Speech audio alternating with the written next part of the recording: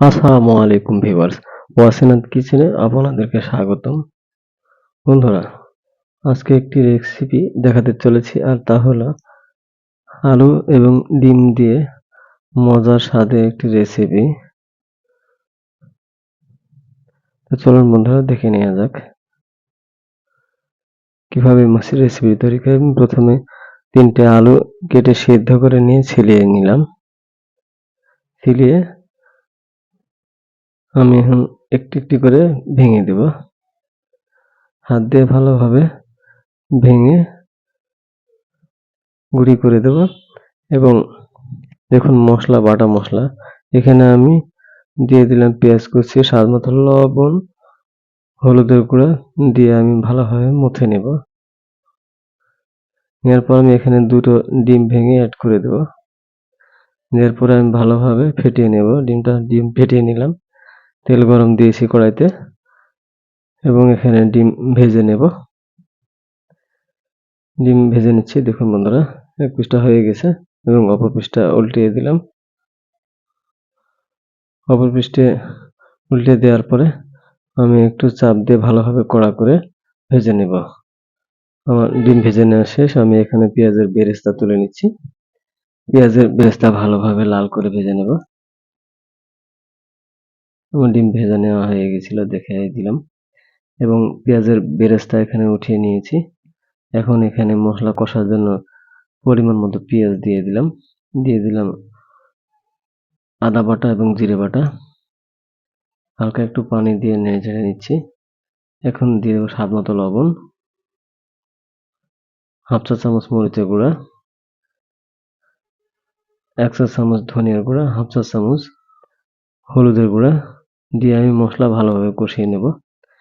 মশলা কষার সময় হালকা একটু পানি দিব, খুব বেশি দিতে হবে না, পরিমাণ মতো সামান্য একটু।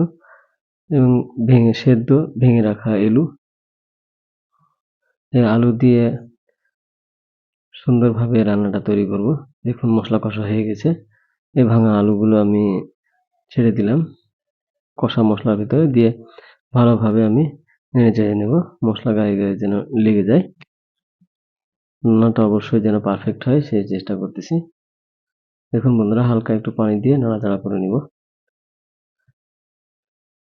এভাবে ভালোভাবে নাড়াচাড়া করে বলক ওঠা পর্যন্ত আমি অপেক্ষা করব। দেখুন বন্ধুরা, বলক ওঠার পরে বুঝতে হবে যে এটা সেদ্ধ হয়ে গেছে। এখন বলক উঠে গেছে, ফুল সেদ্ধ হয়েছে আমার তরকারি।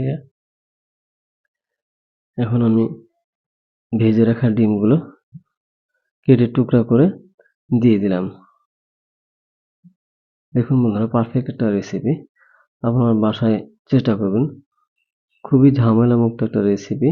অতি দ্রুত যে কোনো সময় করতে পারবেন এবং পুষ্টিকর খাবার বলতে পারেন। এবং খুবই দ্রুত হয়ে যায়। দেখুন বন্ধুরা, আমার পারফেক্ট রান্না হয়ে গেছে। এখন দিয়ে দিলাম মিক্স মশলা। এখানে মিক্স মশলা দেওয়া হয়েছে স্বাদ এবং ঘ্রাণ বাড়ানোর জন্য। আপনারা এটি দেবেন, যে কোনো ব্র্যান্ডের মিক্স মশলা অথবা বাসায় তৈরি করা। এখানে দিয়ে দিলাম পেঁয়াজের বেরেস্তা। হাত দিয়ে ভালোভাবে মসলে ছেড়ে দিলাম।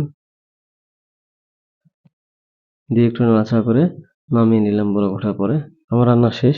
দেখুন বন্ধুরা, কত সুন্দর একটা কালার এবং পারফেক্ট একটা ঘ্রাণ ছড়িয়ে গেছে। খেতে অস্বাভাবিক স্বাদ হবে ইনশাআল্লাহ। দেখুন বন্ধুরা, এক পিস কেটে রাখা ডিম আমি উঠিয়ে নিলাম এবং কত সুন্দর পারফেক্ট কালার হয়েছে। এবং আলুগুলো মশলা কষার সাথে যে মিশে গেছে তার একটা অপূর্ব ঘ্রাণ ছড়িয়ে গেছে। তো আজকের মতো এখানেই শেষ। আল্লাহ হাফেজ।